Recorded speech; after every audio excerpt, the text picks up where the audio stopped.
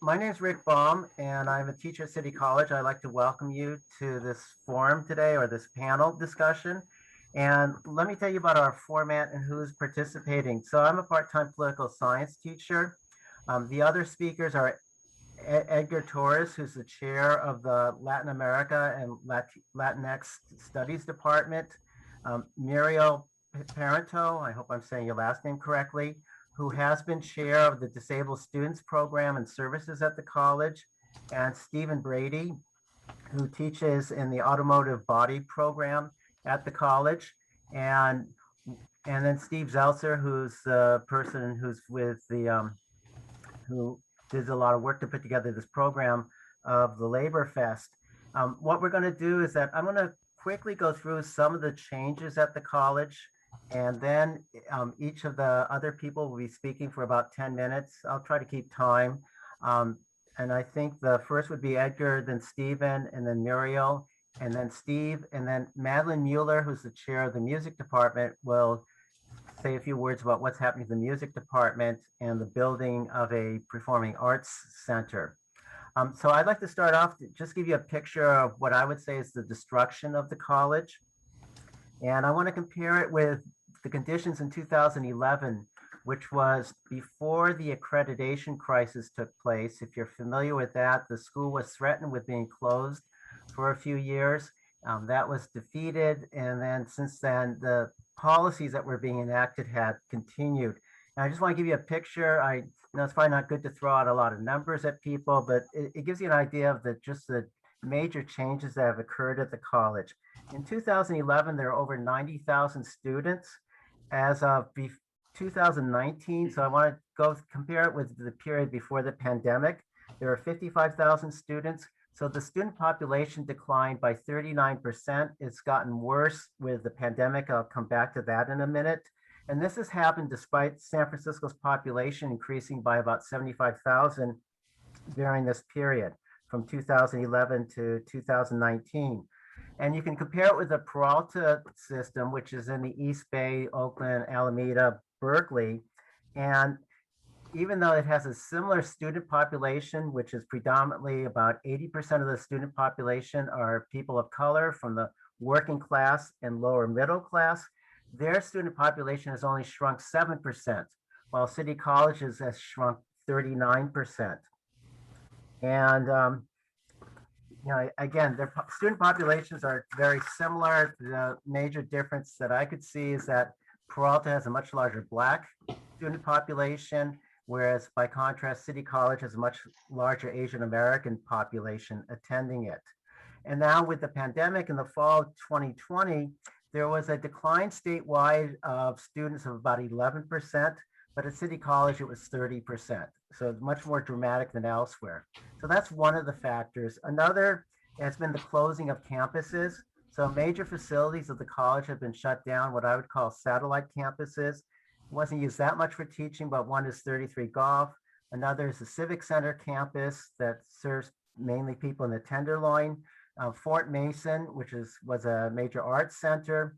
The airport campus, training people in airport mechanics, are places that are no longer holding classes, as there were many other places where classes would be held, and they've been shut down. I think there was one in the Castro. There's also been a dramatic decline in classes. Classes offered went from 8,400 in 2011 to 5,100 in 2020, 2021. And this is depriving students of educational opportunities. The number of faculty have also dramatically declined from 1,800 to under 1,100. Part-time faculty went from a little over 1,000 to about half that number, and their numbers are still declining. By contrast, administrators have increased. So even though there's fewer students, there's fewer campuses, the number of administrators has gone from 40 to 54 as of the fall 2020, and their average pay is some 40,000 over the state average for people in comparable positions. So they make, on average, many of them make over $200,000 a year now, but on average, they're 40,000 over people holding comparable positions at other colleges. Let me just close with this overview, and it really brought out starkly some of what's been going on at the college. The interim chancellor this last year is a guy named Verdian, was brought in. He was paid over $340,000 a year. And he stated a few months ago in a college forum the following, that the state sees City College as a college that, quote, can serve no more than 18 to 20,000 students, and that it, quote, should not have more than about 180 full-time faculty. So 2/3 less than what we have now. That's 180 full-time faculty. We have over 500 now. So that gives you a picture of some of what's been happening to the college. And what I'd like to do next then is to turn to Edgar Torres, who could talk about, the issues that he sees that are important, that especially those that affect his department. So Edgar. Thank you, Rick. I'm Edgar Torres. I'm the chair of Latin American and Latino Studies, which is really two departments that are under one umbrella. Originally, when I came to City College, there was a Latin American studies program, and basically that was an area study that concerned itself basically about the history of everything about Latinos outside of the United States. So when we added the Latinx, we added the perspective of Latinos residing within the United States. So we put these two separate departments together. But I want to address something. I want to talk about the importance of City College to Latinos, and I think it's best illustrated by talking about the demographics here in San Francisco. The Latinx population in San Francisco hovers around 15% right now. But if you look at City College, we're the second largest ethnicity, and we represent about 26% of the college's enrollment. So no other ethnicity or race has that kind of representation above its resident population in the city. The African American population is probably hovering under 5% now in the city, and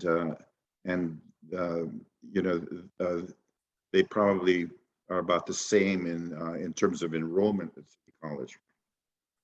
In terms of non-credit, the Latinx population represents about 30% of our non-credit offerings, the majority of those being in the ESL programs, and a large portion of those are housed in Admission Center. So I just want to let you know. Now, in terms of need, all you have to do is look at the last high school report. And the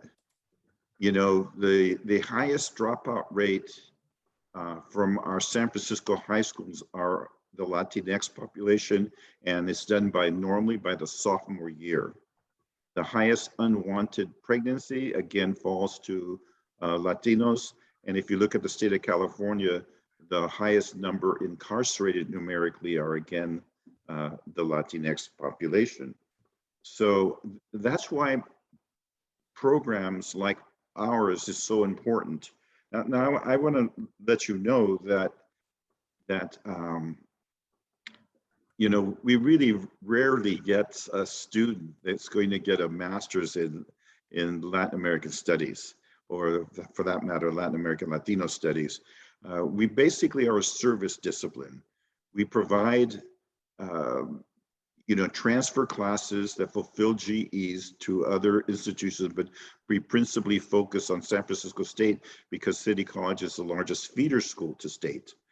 And so, we have an equivalent for U.S. history. We have an equivalent for statistics.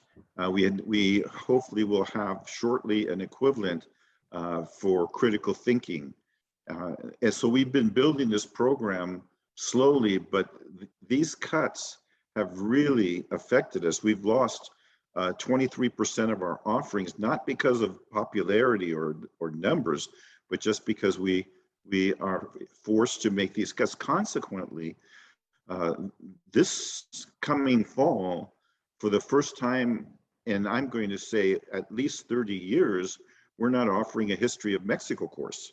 Now, to me, that is appalling.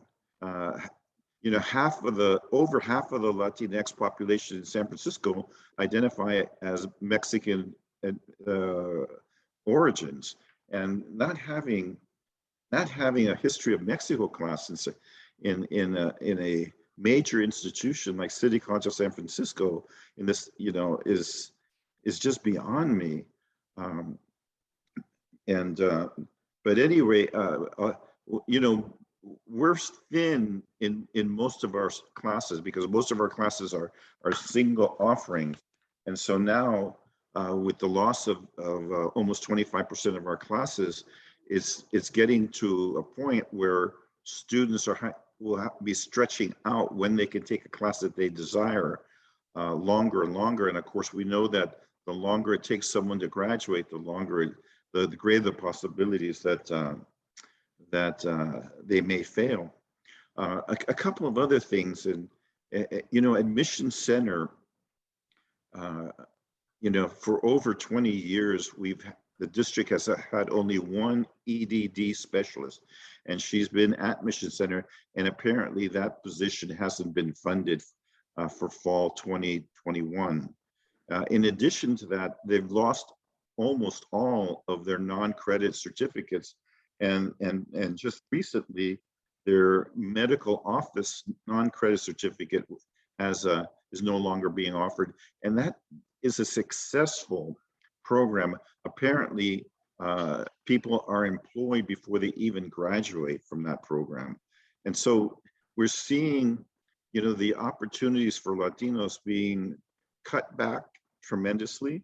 It's, you know, this is just a side note that I'm just basically, you know, just saying without really any numbers. But in my neighborhood, I live on the edge of the Mission District. I see a tremendous amount of increase in crime, and I see it among, you know, Latino youth. And I'm afraid that as we cut off these opportunities, we see the frustration of our youth, and you know, not having any alternatives. They are acting out in a way that I've never seen before. We need to keep these pathways open for our youth, and we have to invest in them. And I certainly think that a school is much better than investing in prisons. So I'll stop there. Thank you, thank you, Edgar. Stephen Brady will talk next. He works again as a teacher in the automotive department. So Stephen. Hello, everybody, and welcome. Rick asked me to talk basically about the Evans Center, where a lot of the labor type programs are taught. For example, we teach automotive, we teach construction, we teach welding. We have the City Build program, which is a second chance program, which is run through the mayor's office, that helps, you know, people get back on their feet that have experienced long-term unemployment, and it gets them, you know, kind of shovel ready to go into construction. Also, the custodial program, which is a great program for basically supplying our hospitals and schools with janitors and cleaners, which at the moment is in huge demand. That particular program has been severely attacked and cut. So all of these programs are taught at the Evans, is called a center, or we could call it a campus, which is kind of a satellite campus. It's in the Hunters Point area of the city on Evans and 3rd. And so it's in a very African-American type community. So it helps to serve that community and give people opportunities for education. So all of these programs are taught at Evans. Now, the Evans Center, just as Edgar was mentioned, we've also experienced these huge cuts. So the budget that our department chair had in, say, 2018, 2017 has been, you know, the amount of courses he can actually hand out to instructors has been reduced. They call it FTEs, full-time equivalency.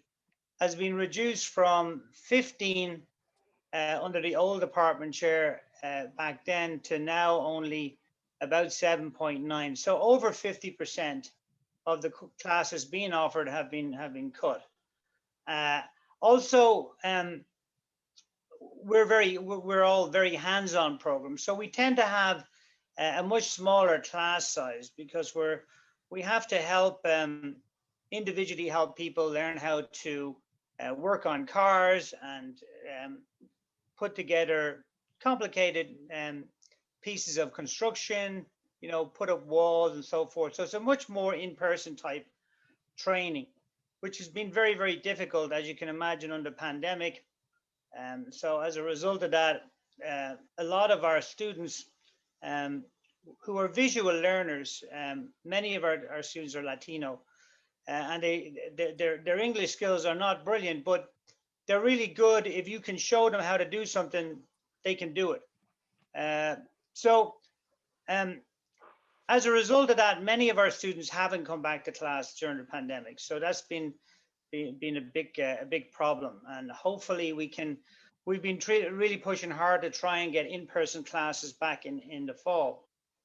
In my particular program, we wear respirators all the time because of dust. So there shouldn't be any issue with having students back in the labs and working again if they just enforce a mask mandate. But you know, that again, I still don't have 100% of an okay that we will be in person, even though all of our instructors are vaccinated and want to give in-person lab classes. We can do the curriculum side of it through Zoom and Canvas, but we really want to get back to work. So anyway, the college started to have town hall meetings back in September, and they announced Alberto Vasquez, who's the college facilities and planning department head. He announced that they had lost the ATM program, which is the program for automotive mechanics, had lost their lease at the airport and would be probably moving to Evans, and would be taking a lot of our space that we use to teach our classes and our labs. So that presented a really big problem because, you know, it would really squeeze us all very badly. Now they continue to have these meetings monthly and explained why they had lost the lease. The lease, you know, was a 40-year lease. It was for $1 at the airport at a big hangar out at the airport. Now they had 30,000 square feet out there, which is almost double the size of all of the space at Evans. And they wanted to squeeze that program into our campus. And they're still possibly going to do that. The faculty were trying really hard to prevent the program being moved to Evans. And at the moment, it's up in the air whether or not that will happen. They've already started talk about dismantling the program altogether and maybe canceling it. So there will be no AMT program at City College if that happens. If it does move to Evans, it's going to really create a huge crisis in our campus because we really don't have the space for them. So at the moment, the program is up in front of the Academic Senate because it hasn't been taught for over a year now, due to the fact that they basically had to close everything down in the fall semester and remove all of the equipment from there. The equipment is now being stored at the main campus in different containers at a corner of the site there.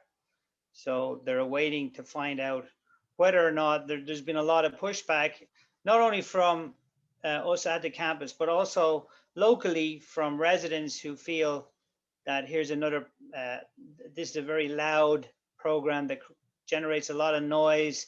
It also, there's also pollution and environmental concerns with regard to that.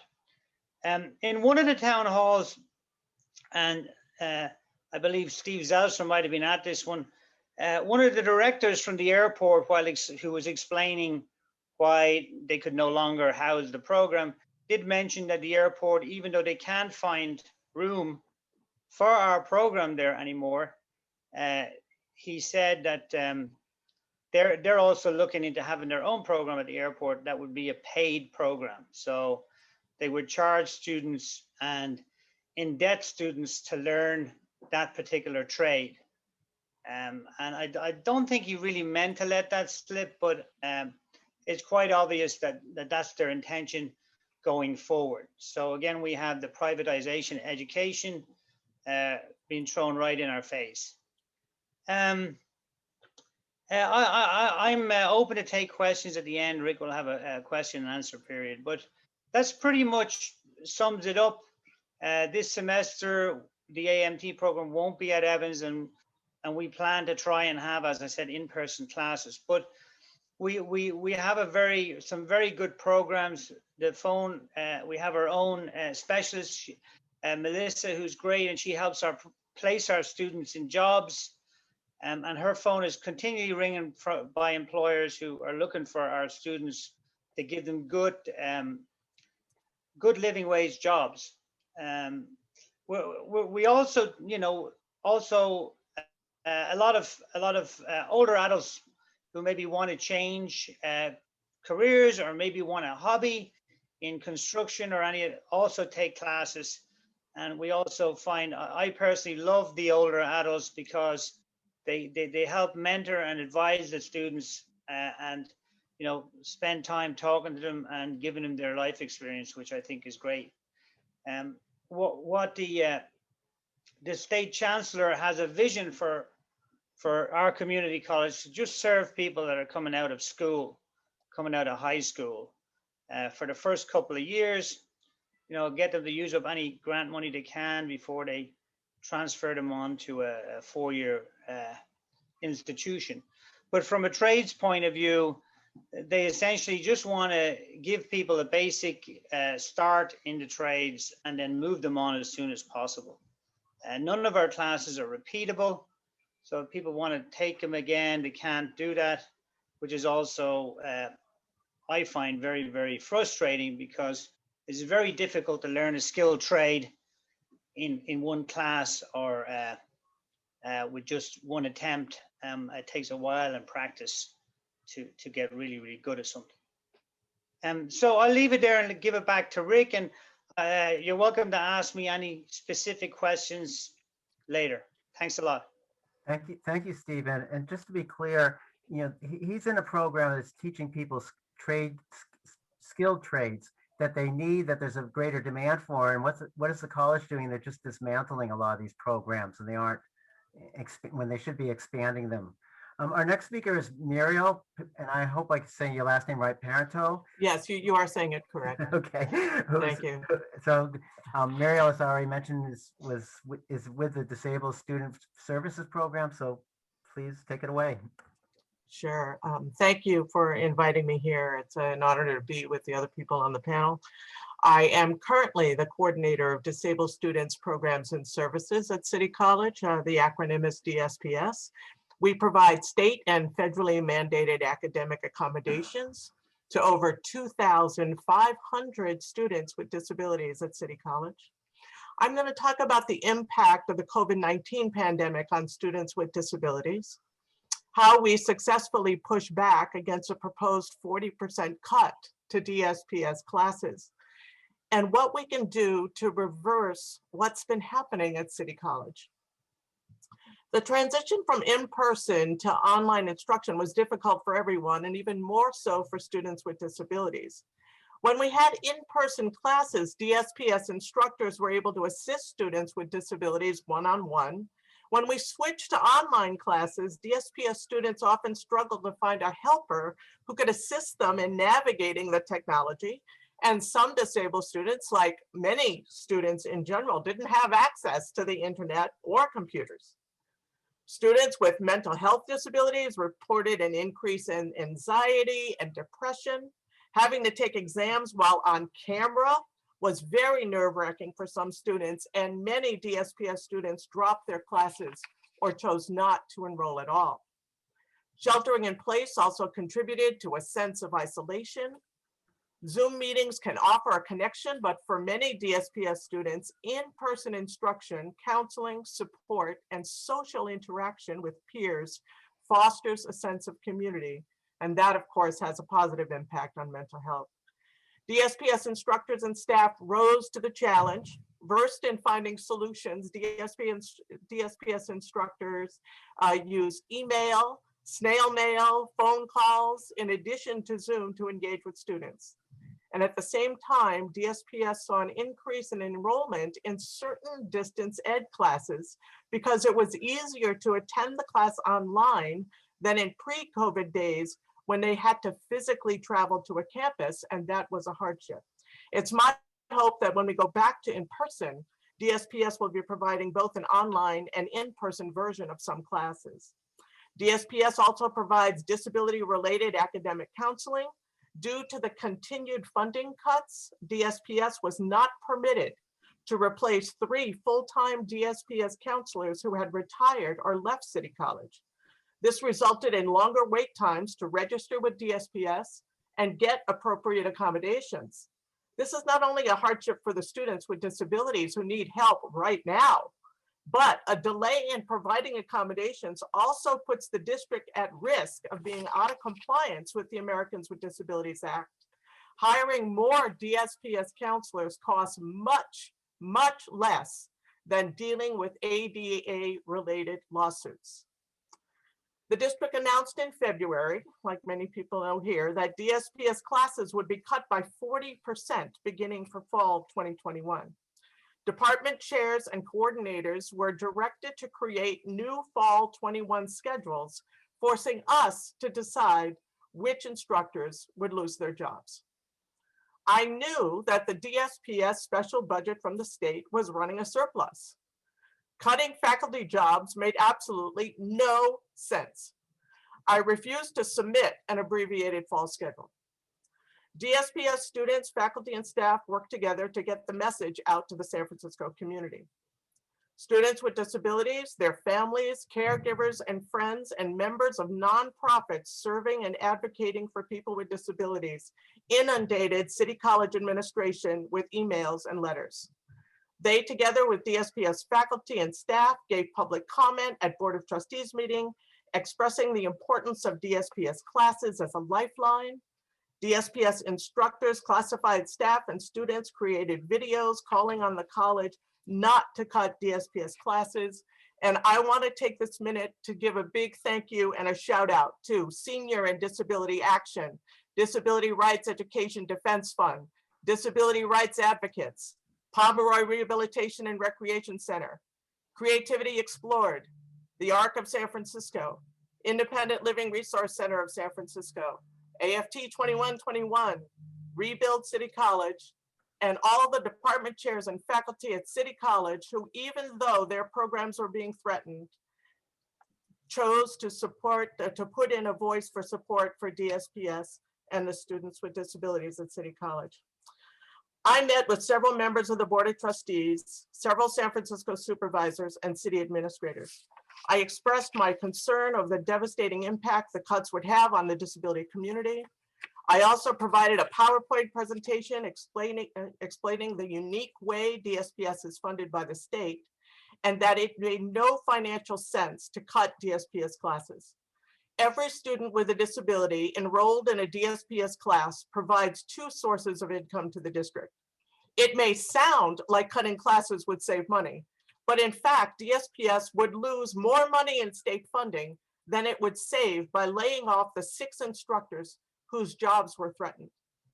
In May, DSPS was notified that the 40% proposed cut was reduced to less than 1%. All of the DSP instructors slated to be cut retained their jobs and their health benefits. DSPS lives to fight another day, and I assure you, the fight is not over yet. Right now, the California Community College Board of Governors, the body that directs the community college system, is reviewing a new proposal that would eliminate current regulatory language related to the accessibility of distance ed courses.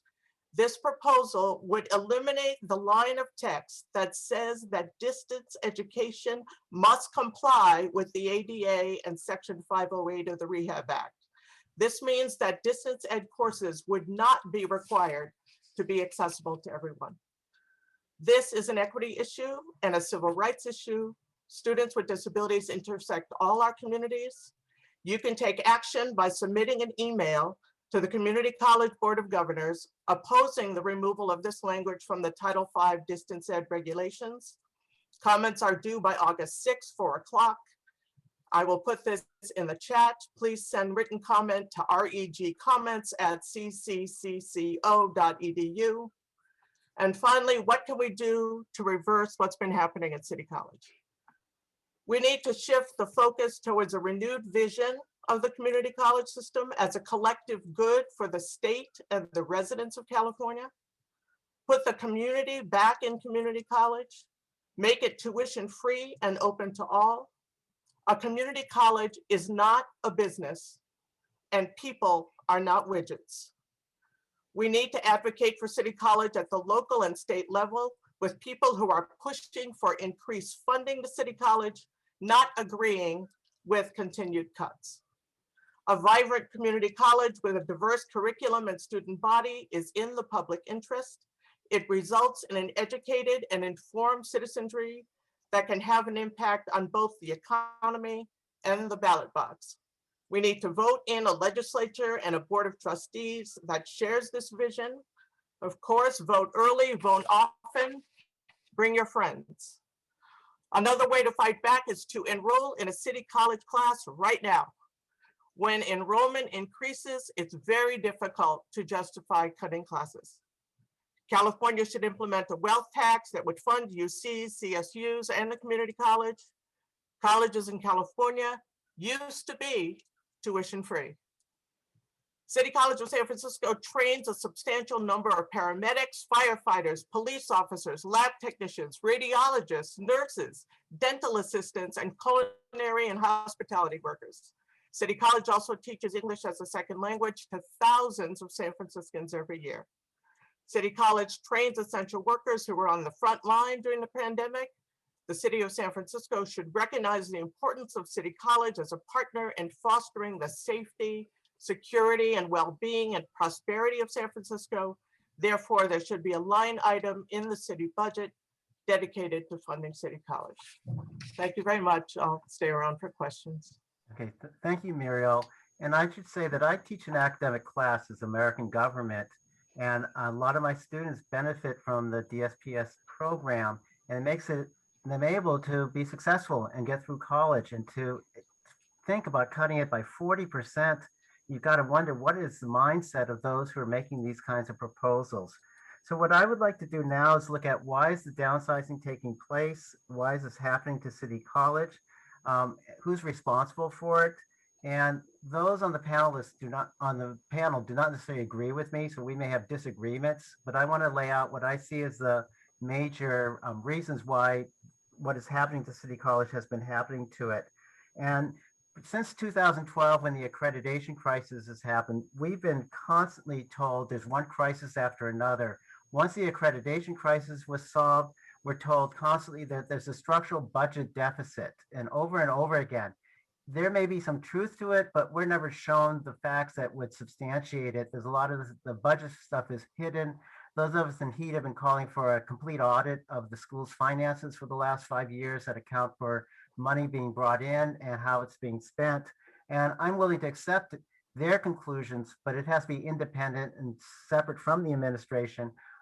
But again, it's just asserted time and time again, there's a budget deficit, there's cuts made, the deficit solved, and then lo and behold, 6 months later, there's another budget deficit, and there has to be more cuts is what the narrative we've been facing. So what I'm going to say doesn't explain everything. And so let me go through. I always like to start at the top. We're an educational institution in a capitalist society. And as such, that has a big impact that education in a capitalist society is there to serve the interests of the capitalists or business people. And so much of education, especially at the community college level for working class and lower middle class students, is job training. And that's a big focus, unlike, say, what might be happening to the more well-to-do students who are more likely to be at a UC as an example. And this connection between a community college and job training was made quite vivid by Obama in his 2014 State of the Union address.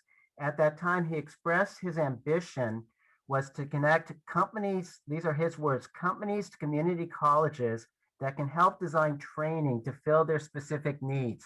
In other words, his vision for community colleges is that local businesses say, we need people with these skills, and the community college's job is to train people to fill those skill needs that the local businesses need.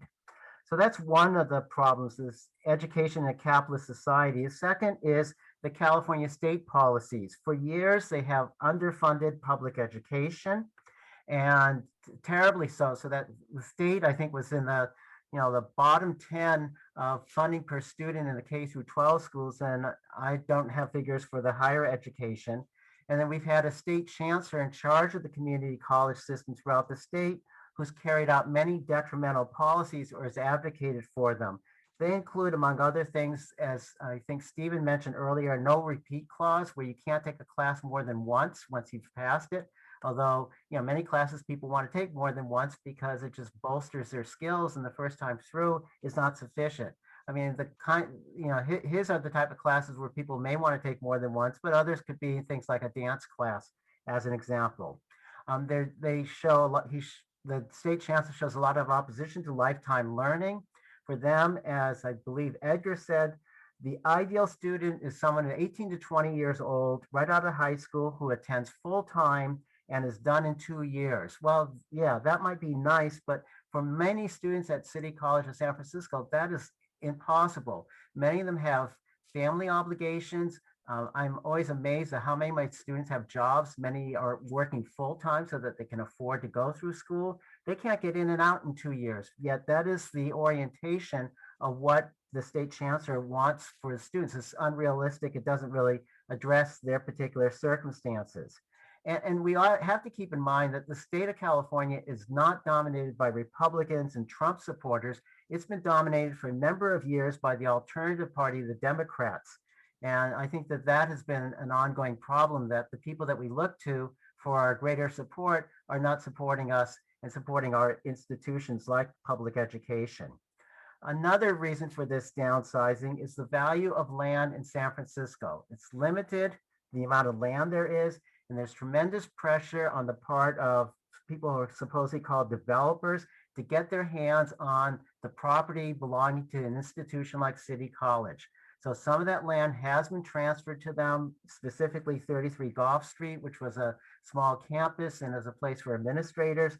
But for all intents and purposes, even though it was owned by the PUC, you could say the Balboa Reservoir property by the Ocean Campus is also being transferred to a private developer. Another factor, another culprit in the problems is the City College administration that has been brought in since the accreditation crisis. They are very authoritarian. In addition, they do an incompetent and destructive job. To give you a couple examples, specific examples, one of the first interim chancellors was a woman named Scott Skillman. When the ACCJC, the accreditor, said that City College would probably be closing in a year from now, she almost immediately sent out emails to students saying that City College is closing as of July 2014. Can you imagine if you're a student getting an email like that from the chancellor of the college? What are you going to do? You're either going to find another school to go to, or you're going to finish up within the next year. And even the accreditors didn't say it was absolute that the college would be closing, but there's no ambiguity in the letter sent out by the then interim chancellor of the school, supposed to be championing the school. And surprise, surprise, there's a news article that City College had the highest graduation rate the following year. So, that discouraged students from attending. Another egregious example came from Mark Rocha, who was made the permanent chancellor in the summer 2017. He was constantly invoking that we're having a budget crisis and we had to make cuts. And the last example of that was in November 2019. Well, the year before, they said there was about a $30 to $50 million budget shortfall. And so they made all these cuts, and they said by the end of the summer, we have a balanced budget and things are fine. 2 or 3 months later, Rocha announces there's another deficit. And this was in mid-November, and he announces this, and right away, unilaterally, without consulting anyone, eliminated more than 300 classes. And that's bad enough because he's supposed to be consulting with people before he does this. And these were classes that were listed in the class schedule classes, the printed schedule classes that went out for the term. So some of us got together and said, let's try to get money from the city to provide the money necessary for holding these classes. And we put a big effort into getting the supervisors to provide funds. Eventually, 7 of the 11 of them voted for the funding. But before that happened, that wasn't sufficient because the mayor vetoed it. It was less than $3 million. Rocha sent a letter to the supervisors and the mayor saying, we don't need your money. And I can't imagine any executive of any organization turning down possible money, but he in fact did so. So he discouraged the city, which would have possibly coughed up the money so that the classes could be restored. He discouraged them from doing so. More recently, now, I would say that the administration, again, the others may not agree with me, have been acting to harm our health, literally acting to harm our health. One example was Rocha. In terms of eliminating classes, about 95% of the older adult program was eliminated by what we were calling in November 2019, the Midnight Massacre. Many of those programs were teaching older adults balancing skills. As you may well know, older adults often their lives are shortened because from falling. If you take a balance class, it means you're going to be more skillful in stopping yourself from falling. And he eliminated these classes. This last time around, though, this is after Rocha. In February, the now interim chancellor and the rest of the administration proposed massive cuts of laying off some 160 tenured full-time faculty, but their cuts included cuts in health education program and in nursing. They're cutting nursing in the middle of a pandemic. That is putting all of our health at risk. I can't believe it. If I was in any position of power, I would immediately have fired anybody who even thinks about cutting a nursing program in the middle of a pandemic when there's a nursing shortage. But that's the kind of mentality we have running the college right now, unfortunately. And the person who put forward this proposal is now the interim chancellor, and she may be well on her way to becoming the permanent chancellor. So that leads me to another group that's causing a great harm to the college, which is the Board of Trustees, which largely rubber stamps everything that the administration asks them to do that include all these destructive policies. Other problems rest, and I hate to say this, with the faculty. They are very inactive. There are active faculty members, but they're a handful compared to the hundreds of faculty members on the campus. Now, there may be many good reasons. People don't want to put themselves at risk of losing their jobs. I can be sympathetic with that. But just think that over 160 tenured faculty who expect to have a job for the rest of their lives because they're tenured were threatened with being laid off. You'd think they would be raising hell from day one. And we weren't in person, so it's been very difficult to do so. But I didn't hear a lot of people raising their temper about the fact that they were about to lose their jobs. Another problem is with students. We are a commuter school. It's students often come to the school, take classes, and leave, and they have many demands on their lives, as I've already mentioned, and especially now with the pandemic. And it's extremely hard to organize them to fight against the destructive policies that are taking place. Then there's the unions representing staff and faculty. The union representing SEIU, I'm not that familiar with it, but they tend to be very hostile towards faculty. And I don't want to offend Stephen, who's Irish, but it used to be said about the Irish that they're more Catholic than the Pope.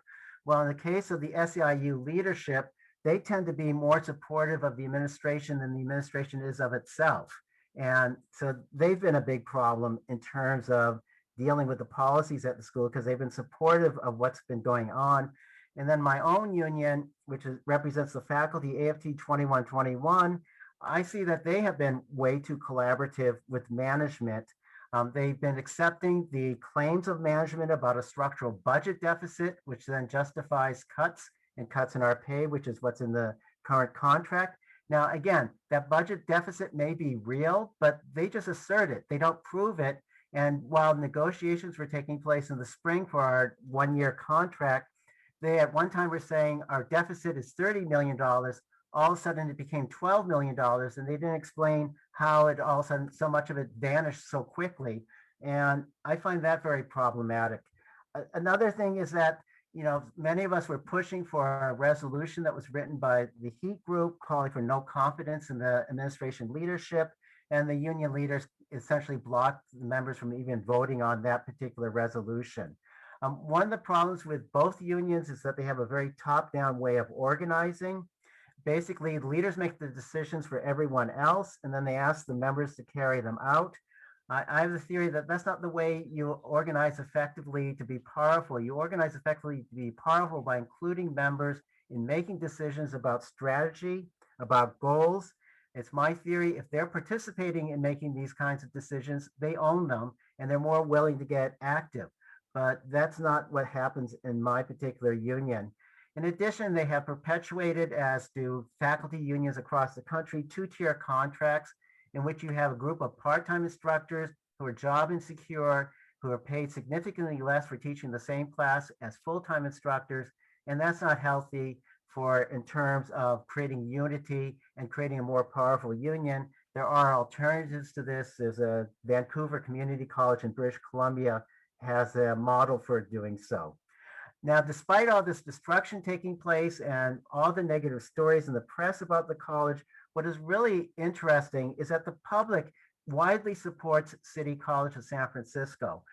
In recent years, when there's been measures on the ballot to raise property taxes or to provide funding for this $845 million bond measure that was passed last March, the people of San Francisco vote for that over 70%. Very few things will get that kind of support. So the college has public support, and I like to think that they just are not aware of what the administration has been doing.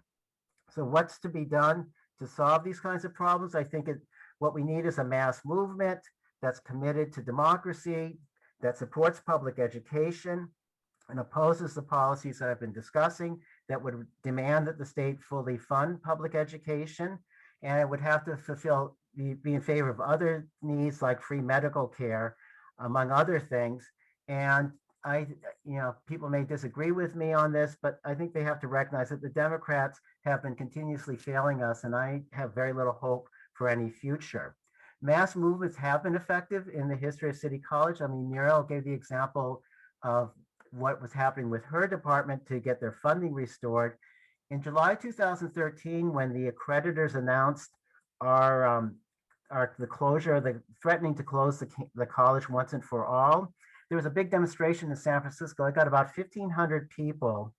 And soon thereafter, and I don't know if they're related to each other, but I'd like to think that they are, soon thereafter, San Francisco City Attorney Herrera sued the ACCJC and the state chancellor and stopped the college from being closed. I guess he got a court order preventing that from happening. In addition, there was a bipartisan, both Republicans and Democrats in the legislature supported and approved an audit of the accreditors that was very damning when the report came out. And in addition, the U.S. Department of Education sanctioned the accreditors. So that's the way I see that there's hope if you can build a mass movement. How you do that, I don't necessarily have the answers. So with that said, I'd like to turn to Steve Zeltzer. He can respond to what people have been saying, and then Madeline Mueller for a few minutes, and then Madeline Mueller would be speaking. So go ahead, Steve.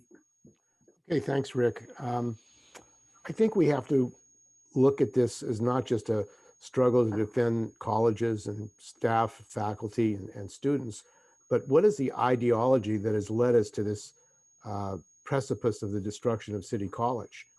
And we have to look at the working class and the union ideology, which is central, because unions have been a force for fighting back and defending workers' rights. the ideology of the unions, and this is very important to understand, has been concession bargaining. In other words, for the last 10, 15 years, there have been cutbacks at city colleges, community colleges, and the position of the union has been, well, let's give up things. In fact, let's give up our benefits, let's give up conditions, because we're going to do this to protect the university or the college. And this has been pushed for a long, long time at City College. And it always amazed me that this concessions and the idea that the faculty should give up and the staff should give up in order to keep the college going at the same time that the wealthy are growing in San Francisco and in California. And I want to point to that right now because today there are 176 billionaires in California, and San Francisco has the third largest number of billionaires in the world, 77 billionaires.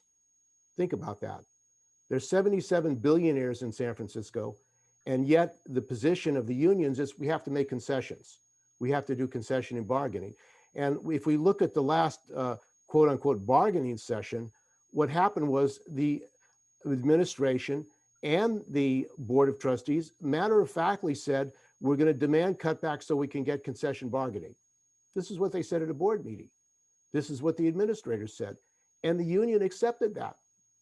They accepted coerced bargaining, concession bargaining, and that's what we have to do. And they did it. So the faculty have taken major cuts in the midst of all the wealth that you have in San Francisco and California. This is called business unionism and concession bargaining. It's also part of privatization because we can't talk about what's happening in education without talking about the capitalists who want to privatize it, as we've been discussing, to make profits by selling off land, by stealing money. And you have a corruption crisis, not just at City College, but in the city of San Francisco. Massive corruption crisis of kickbacks, people taking money from developers. San Francisco, as are most urban cities in the United States, are run by the developers, and the developers control the Democratic Party. And that's precisely the situation in San Francisco. The Democratic Party, which voted for the Board of Trustees, knowing that this present Board of Trustees has been making massive cutbacks at City College, they still voted for them. So we have a situation in which the Democratic Party is directly involved in supporting a Board of Trustees which are butchering San Francisco City College. It's an attack on the working class.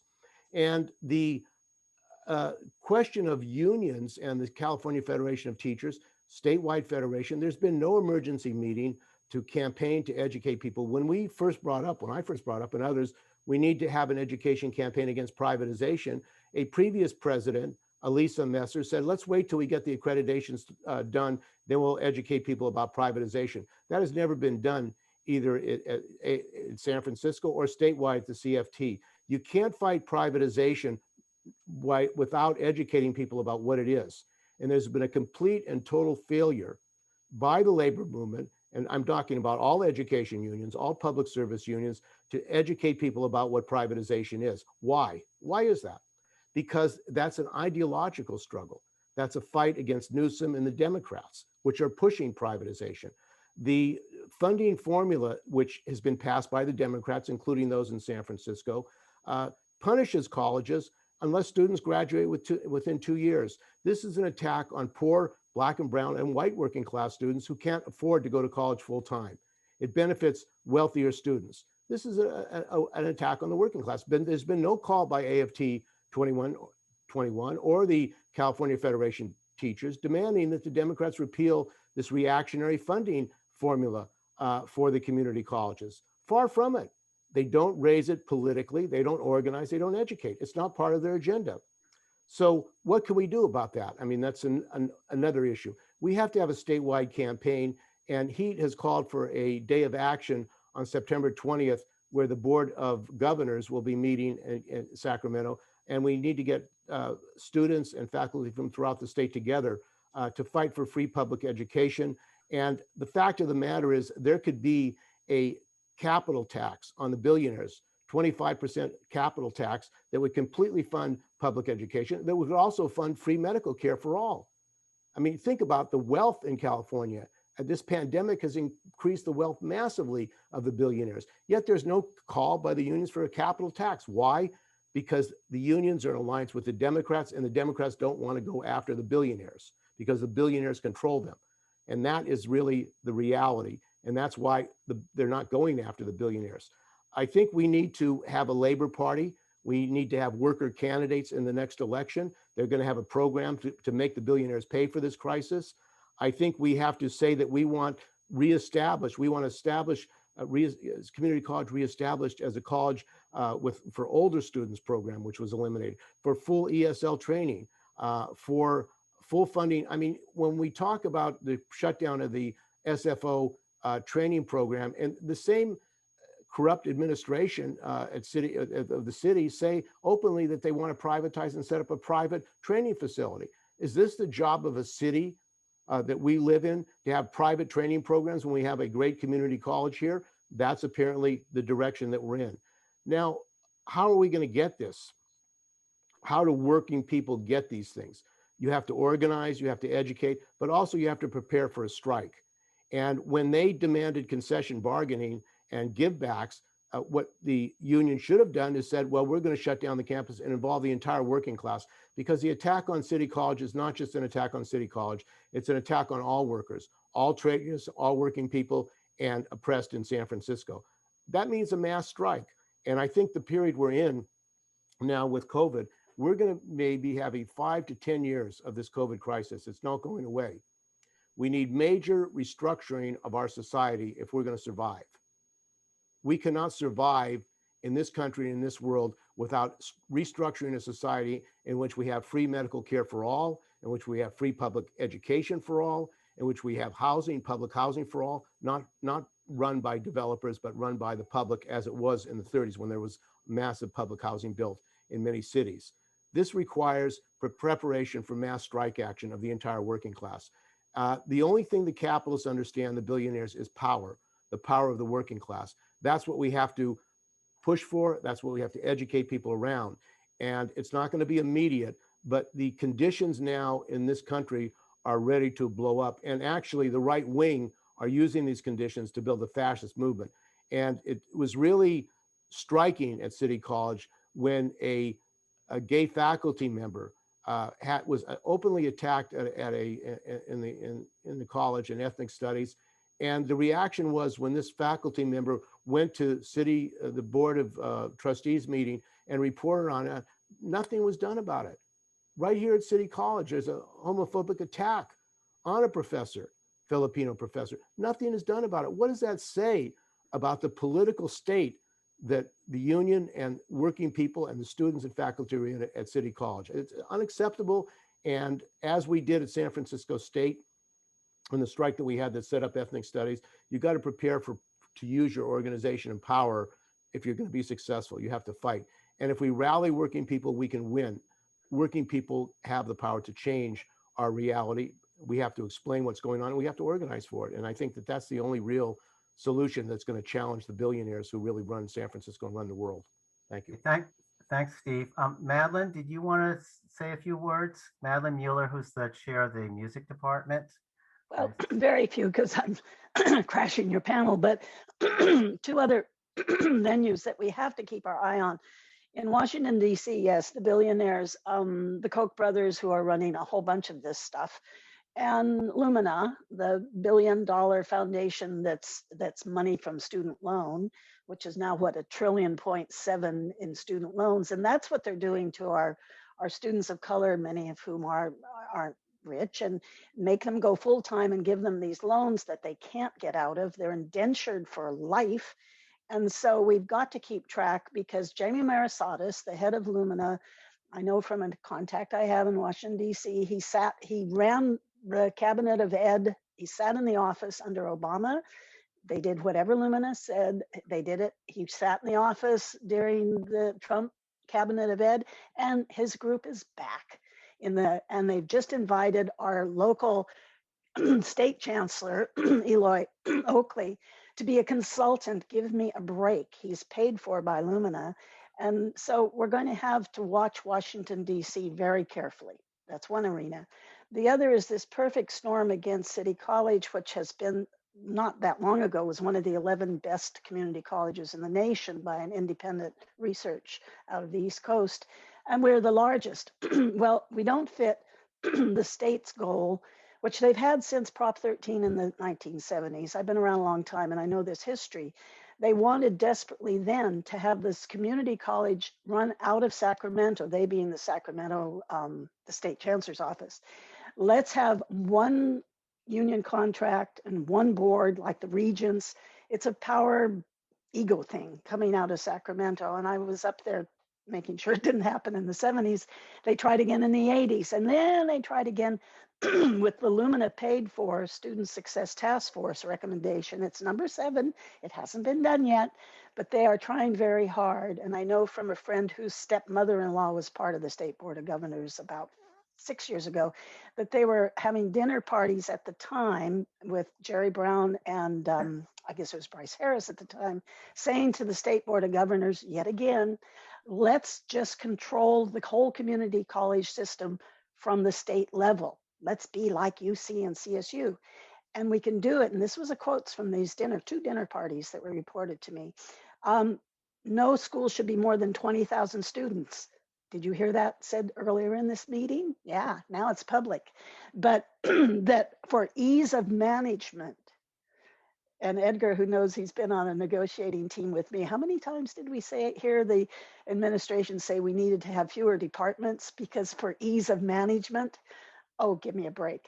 So our board and our administration is run totally by this thing from the state chancellor's office saying City College has to be diminished for ease of management so it can be run like the other colleges with one size fits all. I call it the Stepford approach to the community colleges out of Sacramento. We're in the middle of that, and we have to keep making it public and showing how it's absolutely not right.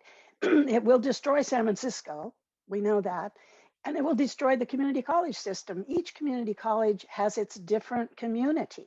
To take that away is just stunningly stupid. I started at City College in 1965. It was a junior college. It didn't work. And when it became a community college under Jerry Brown's father, and there's some sort of conflict in there, it was world famous. I've had people come to my office from different countries saying, tell us about this community college model. We want to do it in our country. So we're going to destroy that. Why? So that we can indenture many generations of students, make them slaves again. I mean, that's the big business part of it. It is the perfect storm. And they're after us because City College is the flagship of all the 100, what is it now with that other stupid college, 116. And if they bring us down, as somebody said, when they tried illegally to bring us down during the accreditation, they were caught doing illegal things. Blogger down south in the community colleges said, yeah, they know if they bring down the best, they're going to bring down the rest. That's why we're under the gun all the time. And they just keep cutting for no reason. And I'll quickly say in the music department, yeah, we always had about 100 sections, 5,000 students head count annually. We're down to 34 classes for no reason except that they had the ability to just cut. And that's what they've done to the arts. and I don't have to preaching to the choir, but DSPS knows that a whole bunch of ways of getting people to really be good students is to have them play an instrument or sing or whatever. It's part of our brain structure. And if we're going to go into, we're only going to teach 18 to 20-year-olds, well, read the teenage brain, which tells you this. You have to deal with a brain that's not quite mature and in the mid-20s. And Edgar's quite correct. I had a piano class where the whole last 2 rows, there are 2 to a piano, so there's 40 people in the class. They were all young Hispanic men, and they had such energy. They were beginning students, but they helped each other. And I thought, oh, what a good use of that energy. The music department, by definition, for many years since the 80s, we've had on average, our average student is younger than the rest of the school, more diverse. And the sort of model used to be the young Asian male as a music major, as a music student. That's a bunch of major. They use it to stay quality of life. We've had people say, if I didn't play the guitar, I wouldn't take these other classes. I just couldn't. I have to be balanced. They know, the young people. It's not just lifelong learning for the old. You have to have it for the young. And they have to be intergenerational, as Stephen Brady said. That's the best education there is. And I remember that those 2 rows in the back, they brought their parents for their recital. I mean, they were barely playing, but they were doing a good job, and they were kind of like a gang. I mean, they all helped each other, and such. They all picked the same piece. I just love them. So that kind of, I'm sorry, Edgar, you're sort of hearing, yeah, they have the energy, and they will act out. They have to. Why not in the arts, in an intergenerational environment that helps everybody? Why would you cut that? DSPNS programs are inter-arts connected. They know that mental health that's necessary, and the brain, stimulation that's necessary for all the arts, drama, dance, music, painting. You just have to have that. And yet Lumina, in its definition, says cut them. We don't want anyone distracted, anyone 18 to 20 years old. I mean, I know the language. I have the language. We don't want anyone distracted by anything like that. We don't want social sciences. We don't want political sciences. We don't want the humanities. We don't want them, no matter if they're cheap as whatever. We don't want them in higher education. A quote from Jamie Marisatis, who is sitting again in Sacramento. So that's my warning to everybody. And we've just got to be educated. Whoever said that, absolutely. Thank you, Madeline. I just wanted to say one thing. As I said, we've had one crisis after another, and I always found this astonishing. When the ACCJC, the accreditor visiting team, came to City College to do their 2012 report, when they put the college on show cause, which the college has to prove why it should remain open. Let me backtrack a second. Say the Department of Education says the purpose of education or accreditation, the purpose of accreditation is to ensure that education provided meets acceptable levels of quality. Keep in mind that word acceptable. What the ACCJC visiting team concluded is that the instructional programs at City College provide high quality instruction. In other words, we exceeded the standard of the Department of Education. In addition, they said that we offer comprehensive student services. What else is a college supposed to do except offer high quality instruction and comprehensive student services? Yet this body turned around and said this college should be closed. I mean, it was ridiculous in my mind. In any case, what I'd like to do now is to have people ask questions and make comments. Please limit yourself to a couple minutes, maybe one question. Given the number of people, we may be able to have people speak more than once. So just keep that in mind that you'll be able to have a chance to speak more than once. And then the people in the panel would be able to respond to what people have said. I can see hands can be raised by going to the reactions and clicking that, and I can see a hand raised, but you might want to also turn on your cameras. So in case you may not be able to use that function so that I can see you. And I see that there's one person named Ellen who's on a phone, and I don't know that you have that capability. So I guess maybe you should just speak up and unmute yourself if you would want to ask a question or make a comment. So, so let me see so I see John Holmes. So go ahead, John. And please limit yourself to no more than 2 minutes, and we'll have others respond. Hi, that's hard. I'll do my best. Yeah, I'm actually on part-time representative. I teach at Merit College sometimes, and I'm one of our 2 part-time representatives on the on our executive council for our union. And the first thing I want to say is I heard Rick's and Steve's critical remarks, and I agree with them 100%.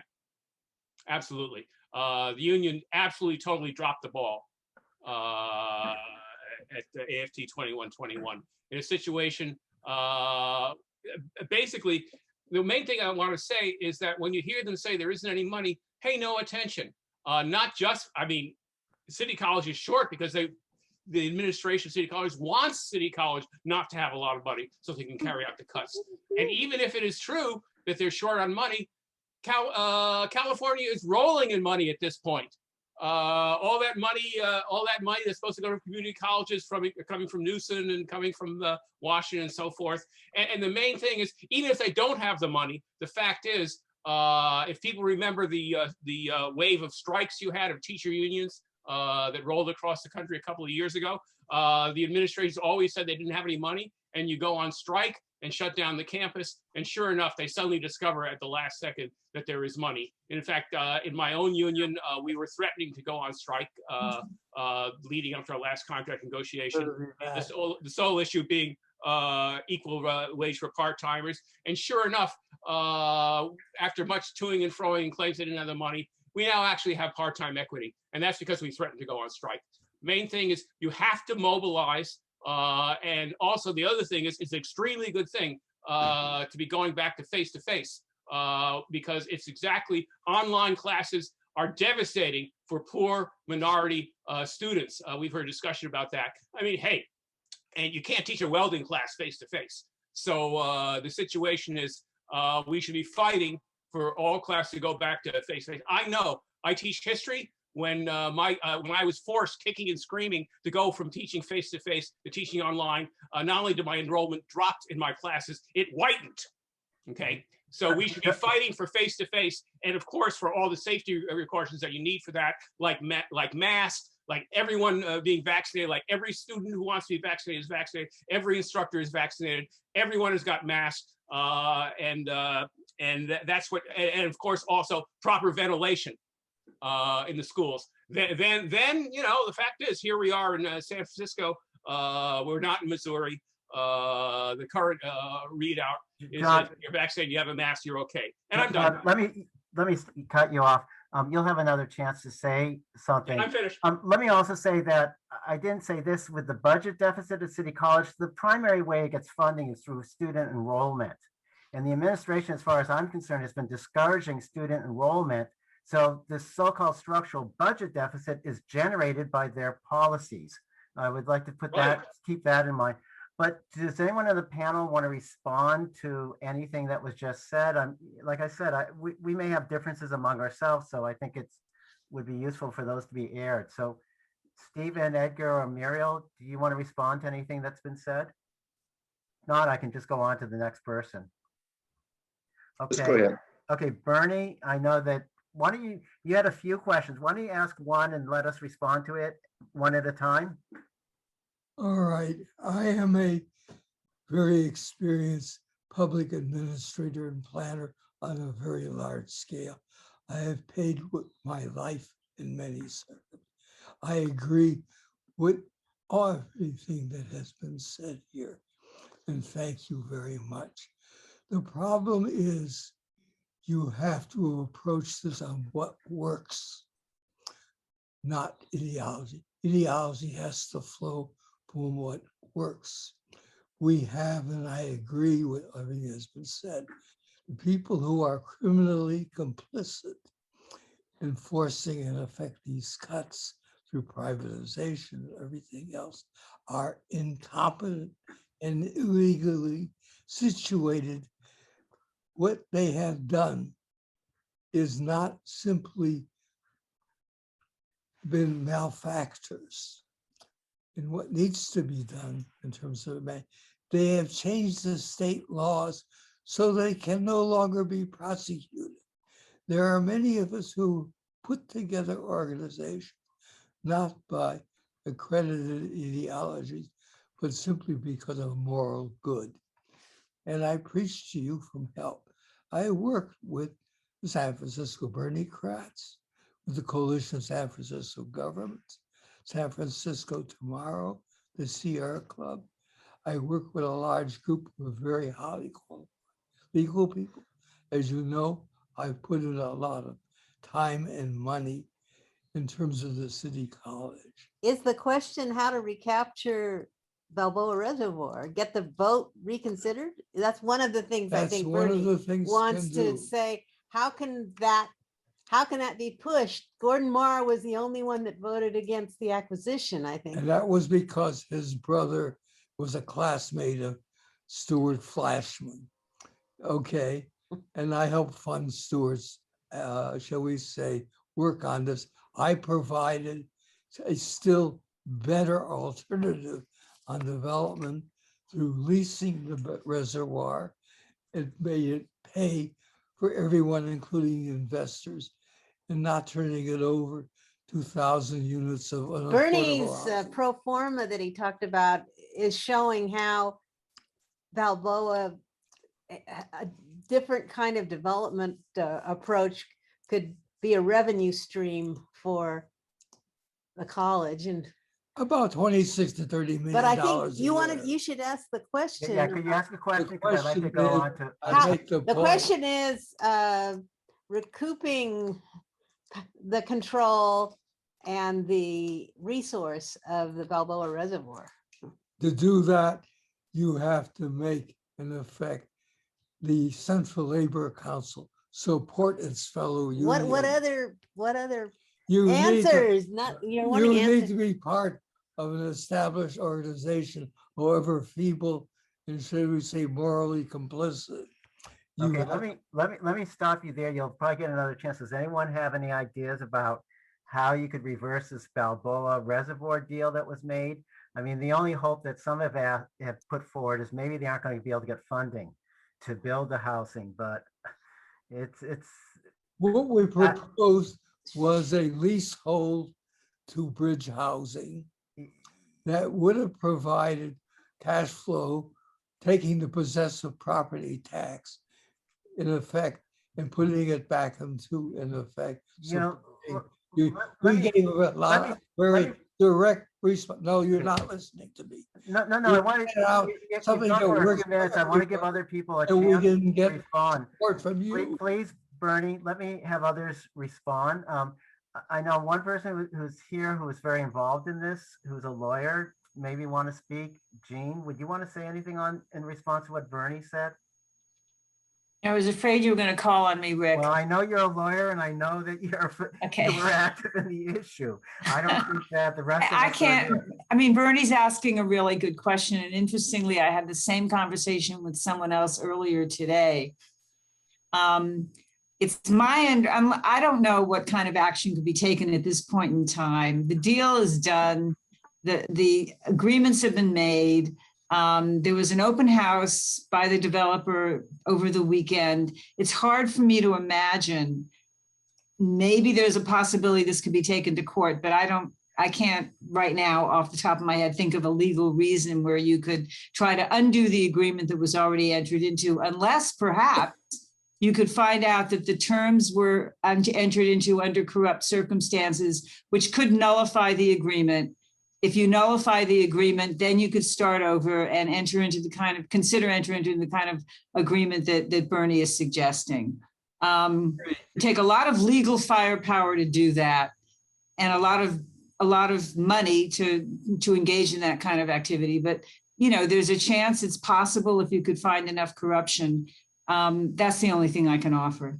Yeah, the only other thing that I could think of is that you block it and that you get a mass movement to not let them do the building, but I don't see how that's going to be built anytime soon. Anyone on the panel who wants to address this, or should I go to the next person who has a hand up? Well, I think Harry has his hand up. Then, Steve, did you want to respond to this? Yeah, I mean, the problem is corruption. I don't understand. I mean, there's corruption at.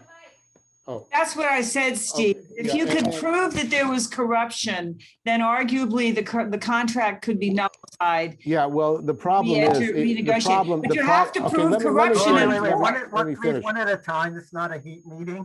Yeah, I mean, the problem is that the supervisors and the district attorney and the city attorney are all involved in this.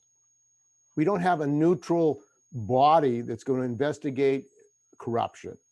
I mean, the amount of money that's been wasted already. I mean, people want to talk about where is this $845 million going that the people of San Francisco passed for the college? If they're getting rid of all the students, what do they need $845 million for?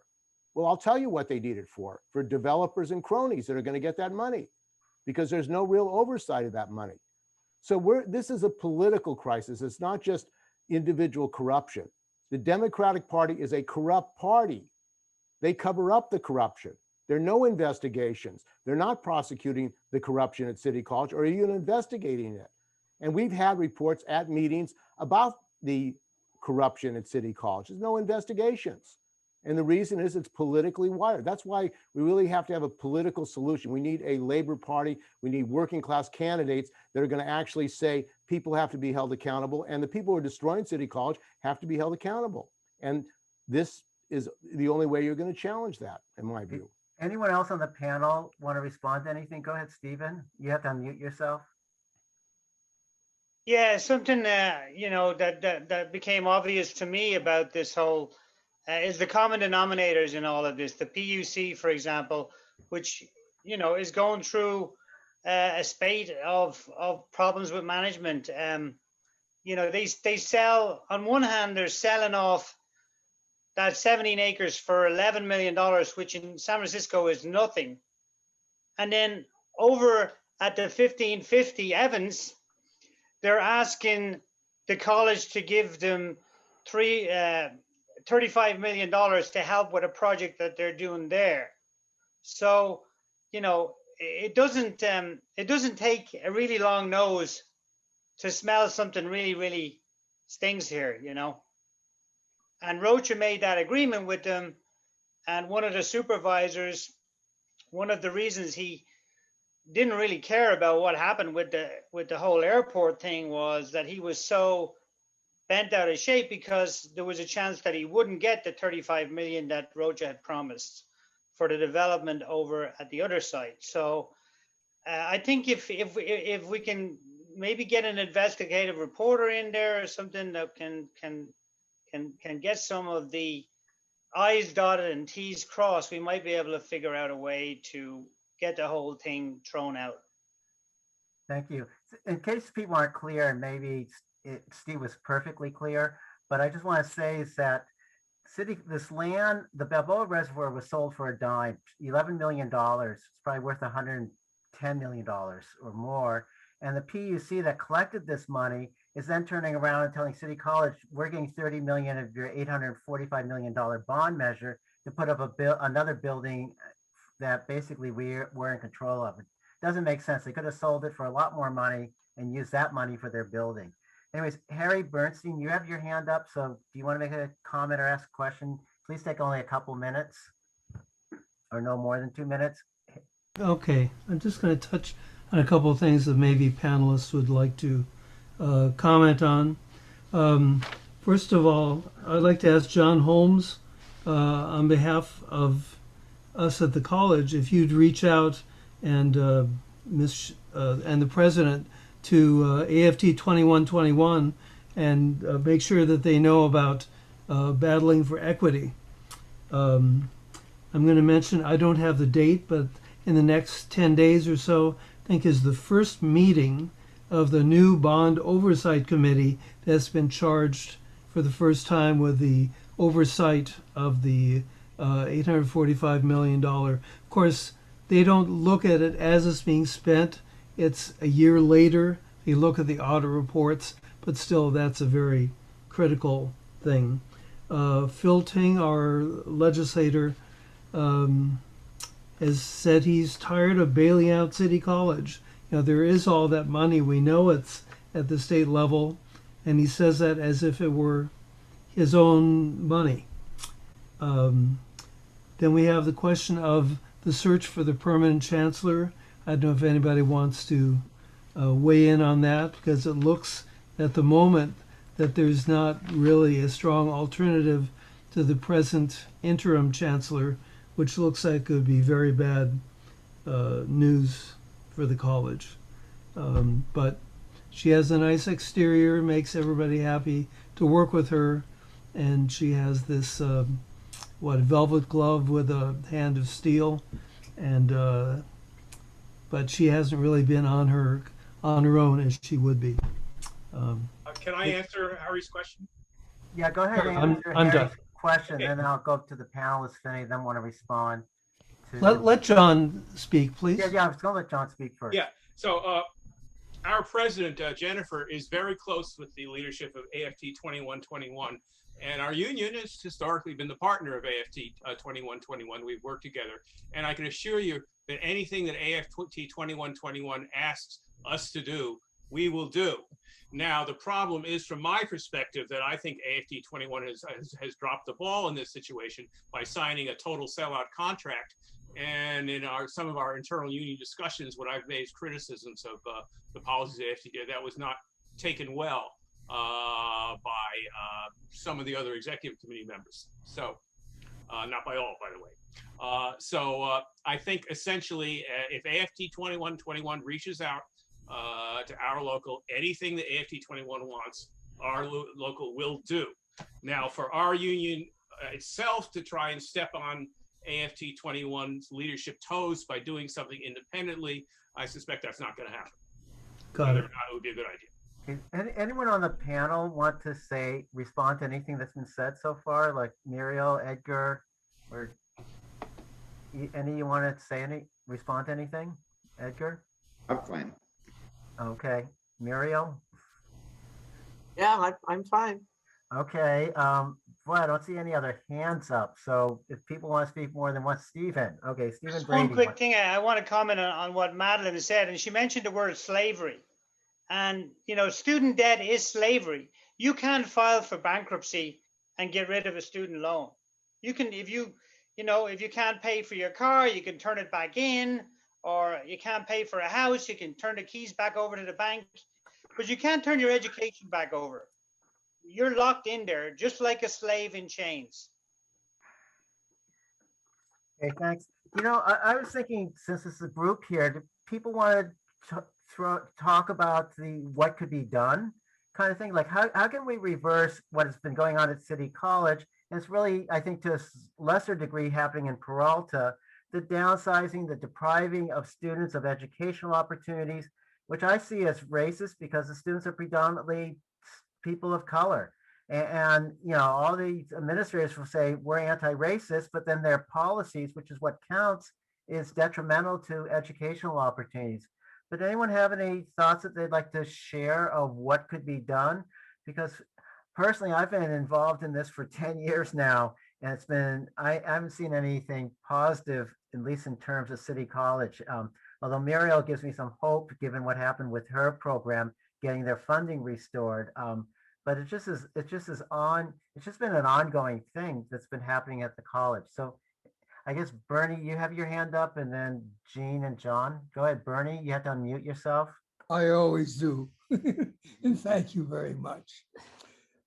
We cannot wait for nirvana of state capitalism, a Labor Party, so-called top-down. Democracy is a very difficult operation. It's a terrible form of government until you consider the alternatives. And I quote Winston Churchill. We work from what there is. We have a legal system. We do have elected judges who prefer employment to doing their job, but that's the way we operate. It's a parliamentary system. There is a legal way to prove corruption. Just looking at the payoff in terms of the, in effect, prevailing prices, in effect, whether that was done through an effective analysis. My expertise happens to be financing government, among other things. I've done so for the London County Council. I've done so for Oakland. I've done so for other socialist entities. I've been a member of the Socialist Party since I was 12 years old, put there by Walter Reuther. You work with what works and not nirvana. You have to do what's there now. We know the Democratic Party is not what we would like it to be. I work with the Bernicrats as well, and they don't all perform. I don't see anybody here who has done that. Have any of you worked with the Bernicrats? Okay. They're very talented, but they have, once they elected someone, they don't see that those people do their job. We do not have people who are following their government directive mandamus. Our laws have been changed by our state legislature and our governor, removing the mandates that our local people perform. We have to go to work to diselecting some of these people. obviously, and do it now. We have to change the laws at the state and, shall we say, level. And it's out there in the books for anyone to see. Talking Thank you. about, Let me turn to other people who wanted to speak. Jean, you're next. I just sort of like to add on to what Bernie said. I agree with what he said, but another way of trying to deal with the issue of City College, I think it's really important to start looking now for candidates for the next election for the Board of Trustees. If we still have the same trustees that we have and the same new trustees that are coming out of the same old group, things are not going to get any better. And so I urge everyone to, either consider running yourselves or identifying other qualified candidates, forming a slate. I think there are 3 trustees that'll be up for election next year. And if you get a good slate and you campaign as hard as possible, it might make a big difference. It's happened in other situations. I know a group of people in Santa Monica that did not like the way the city government was running. They got together, they formed a slate, and they overturned the established city council because they formed a majority on the city council. They did it by knocking on doors. They did it by organizing at a very grassroots level, and they succeeded. It is possible to do that. And I urge everyone here to start thinking about who could be the next members of the Board of Trustees of City College. I think that could make a big difference. Yeah, well, also could many I faculty answer? are retiring, so maybe some of them could consider Madeline. No. Could I answer right away? Because Yeah. I've already been asking retired faculty, and there's somebody here, Bill, who's a retired faculty. And I think a slate of retired faculty would be stunning. And so maybe we could get people on this meeting. I'll turn to John, but Bill, do you want to say anything? Sorry, You're Bill. put on the spot. This is Bill Shields. Bill, and then John. Now I'll go to you, John. Go ahead, Bill. I think well, I'm flattered that Madeline would suggest such a thing. I think I agree that I'm tired of the Board of Trustees was beat up by the ACCJC. They were made afraid, and everybody who comes onto that board is trained by them again and told that if you mess with anything, the ACCJC will shut City College down, and you don't want that to happen on your watch. That's the setup. So I think that, of course, we need to elect and there are many people on the board who may in some other ways be progressive, but they don't act progressively on the board. And I think we have to ask ourselves why that is.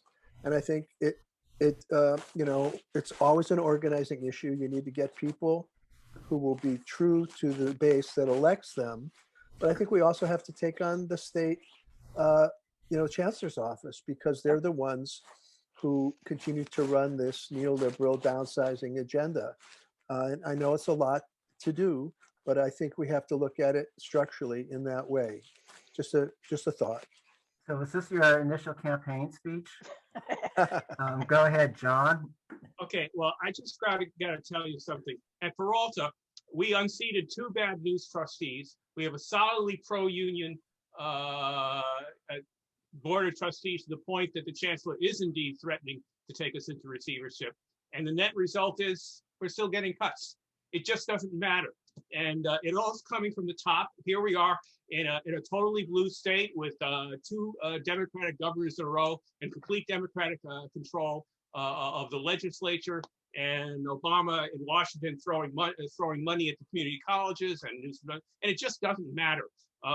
You can file all the courses you want. You can elect all the progressive trustees you want. You can expose all the corruption scandals you want. There's only one thing that will stop the cutbacks to City College, and that's mass action. That's it. So the question is how to organize that. There was a big setback to that when you had the and I should say one thing about SEIU. The fact is, I don't know what's going on with SEIU, but whereas our teachers can at least teach online, SEIU members are the ones really hurt worst of all by the closing of the campuses. So I don't know how that works, but I would think that I know SEIU here in Peralta has had huge layoffs due to the closing of the campus in the last 2 years. I don't know how that works there. But the main thing is that you need to have mass organization, and the unions should lead it up. You can get powerful student support. You can get powerful community support, because San Francisco wants to see SFCC, wants to see CCSF. So if it's done right, you could have some real mass action, which hopefully would be organized by the unions, but could bring in everybody to force them to reopen the college. And that's what works, and nothing else that's been talked about is going to have much effect. That's my opinion. I'm done. I can just add that when one of the things that's seen as a solution is getting more money for the college, but the problem is that more money is raised and then the people running the college don't use it properly. So that hasn't solved problems. But Madeline, did you want to respond to what John is saying, just to clarify that there's a difference about SEIU employees at City College and elsewhere? I know you've talked about this before. Are you talking to me? Yeah, because yeah. John was saying let they're me losing say, their jobs, and City right. College is different. SEIU, we are the only classified staff in the whole system that belongs to civil service under a ed code that only applies to San Francisco. So SEIU is completely safe because they're part of City College. They are workers for City College or for San Francisco. If the school's shut down, they get jobs throughout the city. They're safe. They have made not one concession. During the pandemic, they have been paid, and my secretary and I work every day. I mean, she's really working. We work online, but grounds people, campus police, custodian, they have been paid full salary. If they come in to do their job, because you can't really do grounds work at home, then they are given comp time and a half, which they are adding up. And so they are making double wages, no concessions whatsoever. And the leadership, not the rank and file, the leadership is totally anti-faculty. Thank you. Very clarifying. Okay. And you know, that's a question. Why is it that the AFT 2121 makes concessions, but the SEIU local 1021 doesn't make any concessions? I mean, I think members should know about that of the AFT. I mean, you know, you talk about equality. I'm against all concessions, but why is it that the SEIU said no concessions? Maybe they threatened to strike. No, they just threaten not to vote with the administration on all the committees. They use the power that they have. They have. They use the powers. They use the power that they have, and the AFT 2121 has power, but they don't want to use it. In fact, they refused to even pass a resolution of no confidence to the administrators when these administrators were destroying the programs. And that's, you know, if you won't even protest when your college is being destroyed by the administrators, raise the question: who are you representing? Yeah, I think that's a total misrepresentation. Let me call on people. Go ahead. Bill, you can respond to it, and then I'd like to call on B. Beckman, who hasn't spoken yet. But go ahead, Bill. You can respond, and then let me go to Bill B. Beckman. Yes, I think SEIU 10-1 local chapter leadership at City College has been old school business unionism, not even social justice or social movement unionism. And they haven't been, you know, bold and acting progressively in a way that AFT hasn't. AFT has been the driver of what's happened progressively at the college as a union. SEIU 10-1's chapter has been going along with whatever the administration says, whatever the ACCJC says. It's been very reactionary. Now the members are the most proletarian people at the college, and they deserve better leadership, and AFT can do better as well.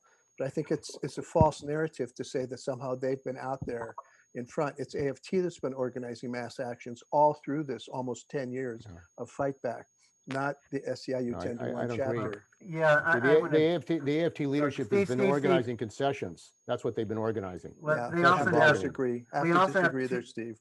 We also have what is really detrimental to the labor movement, which is two-tier contracts. The part-timers are paid significantly less for teaching the same classes as full-timers. Let me call on B. Beckman. I'm sorry, I don't know your first name, but you have your hand up. Yeah, hi, Blair Beekman here. Hi, thank you. I had a simple clarifying question to ask of yourselves.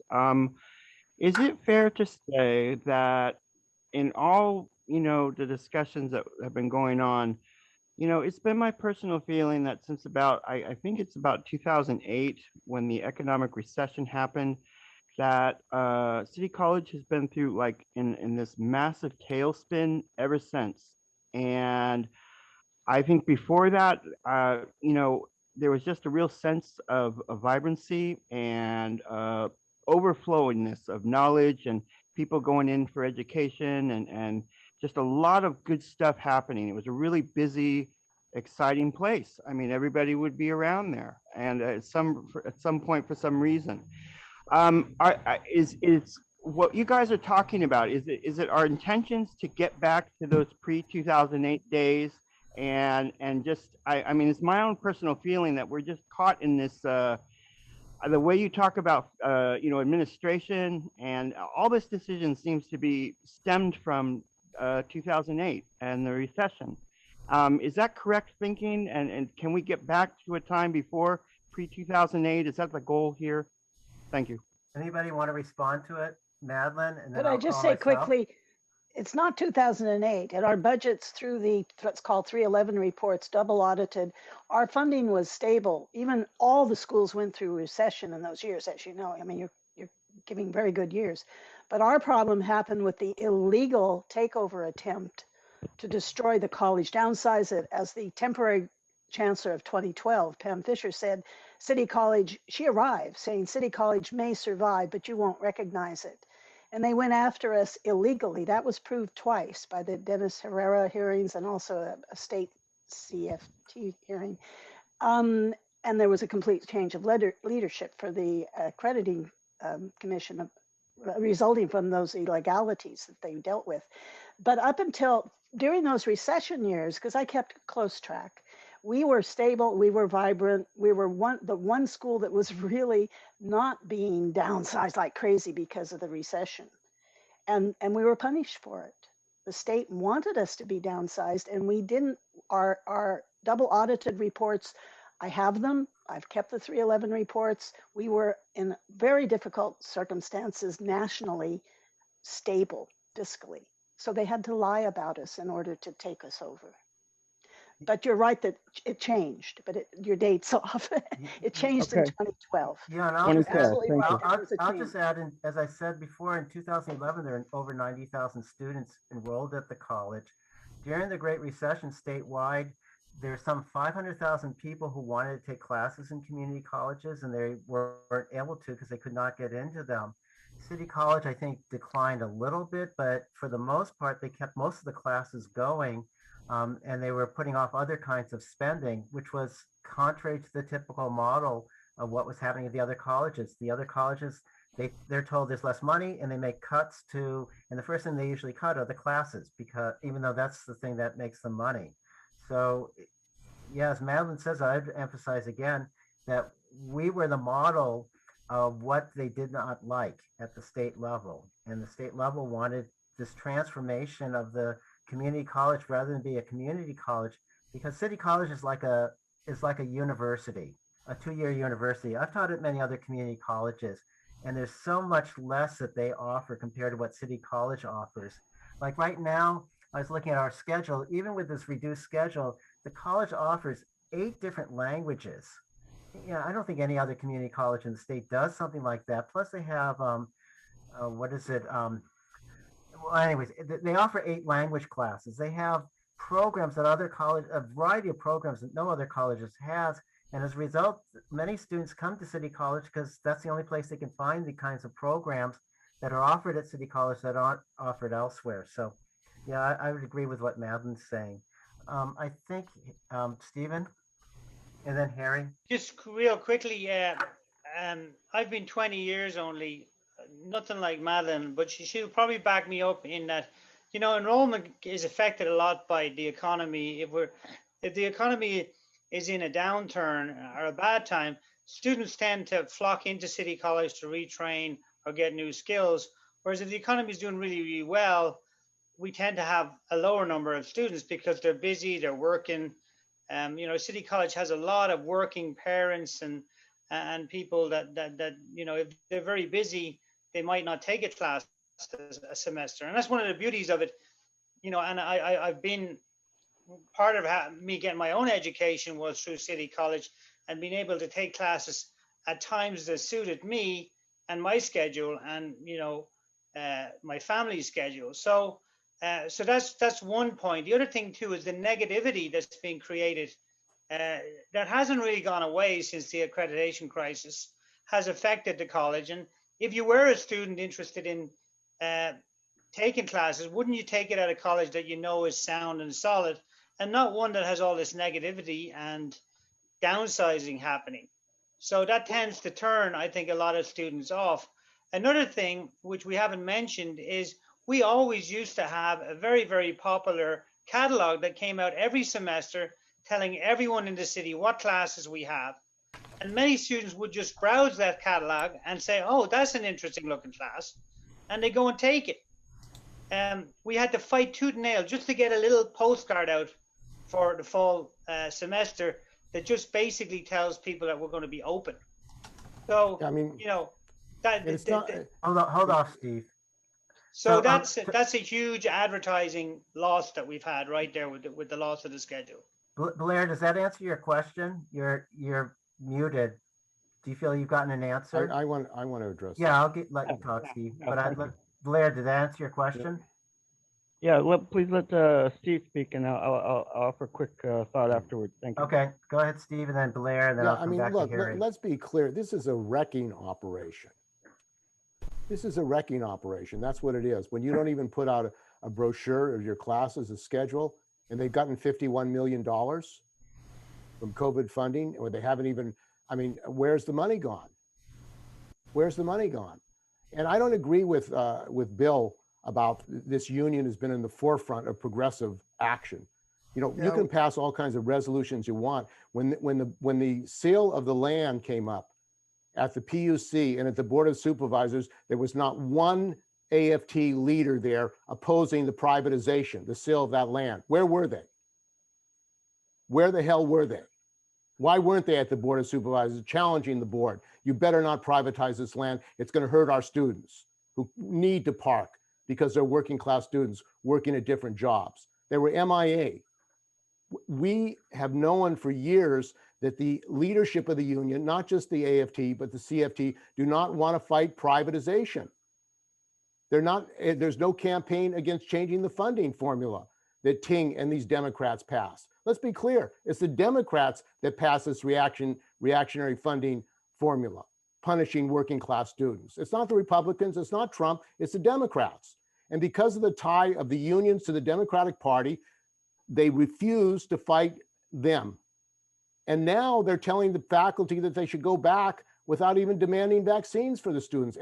Many other colleges, K through 12, are saying you have to get vaccines.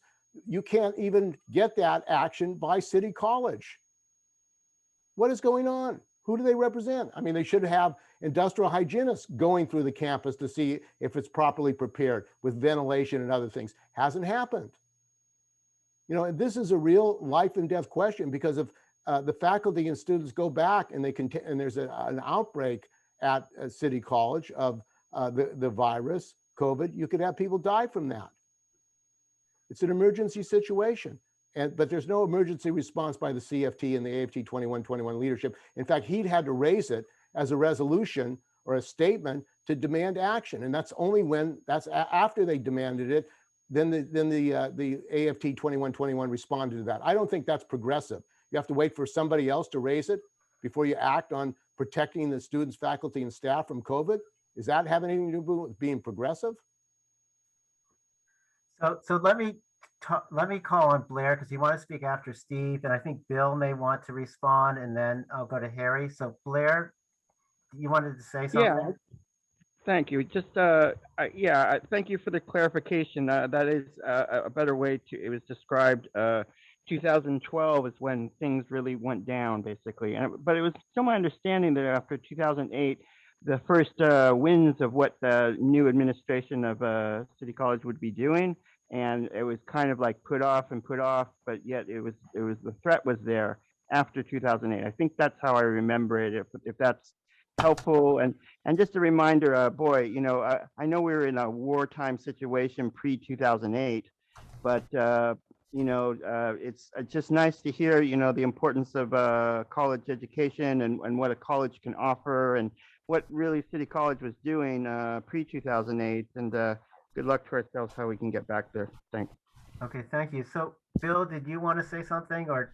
Yes, I wanted to say that Vicky Legion and others have written a book called Free City, !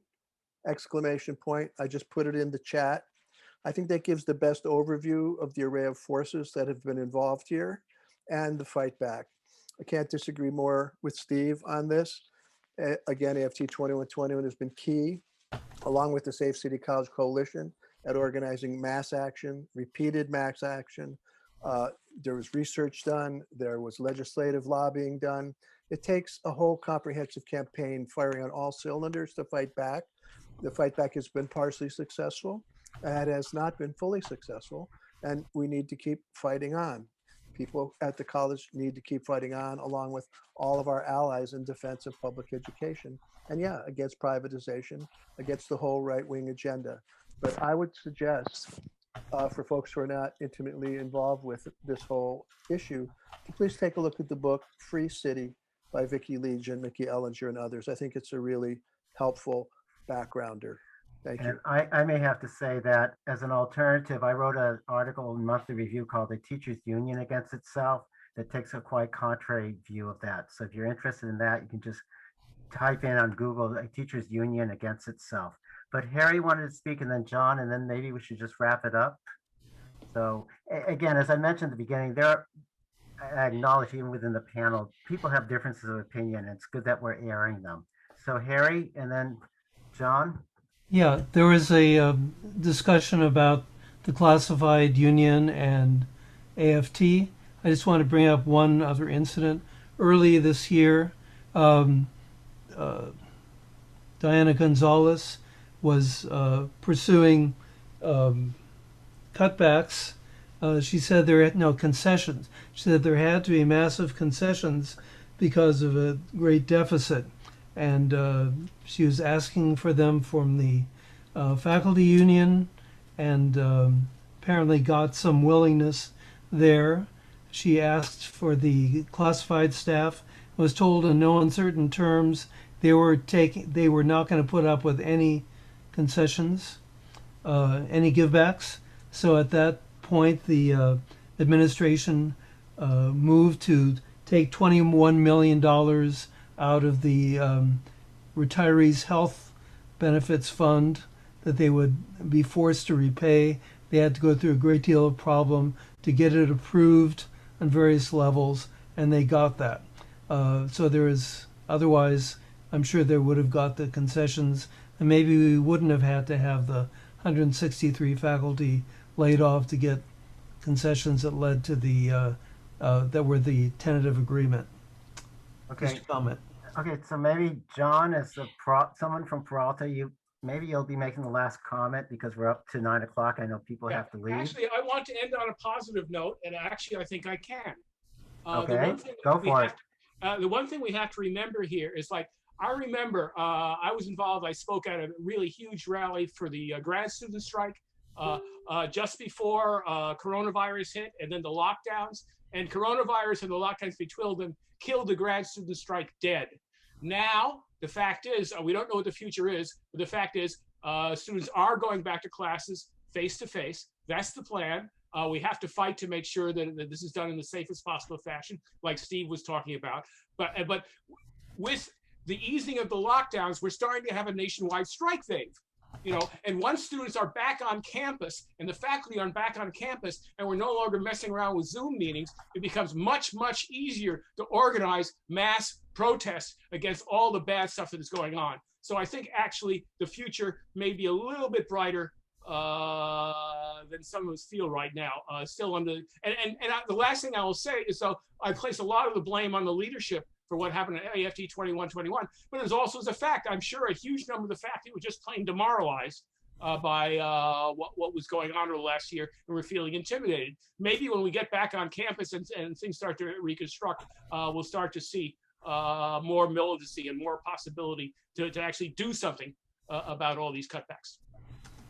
Okay, thank you everybody for being here. I hope you've gotten something out of it, and that this has provoked some thought, which is part of our goal, that we really need to be thinking of alternatives, and I hope this has been helpful in that. I don't see any other hands up, so I'll say thank you, everyone. I guess people could stay around and still talk with each other. I think that's okay, but I would like to call this panel to a close and thank you to everybody who participated and had things to say.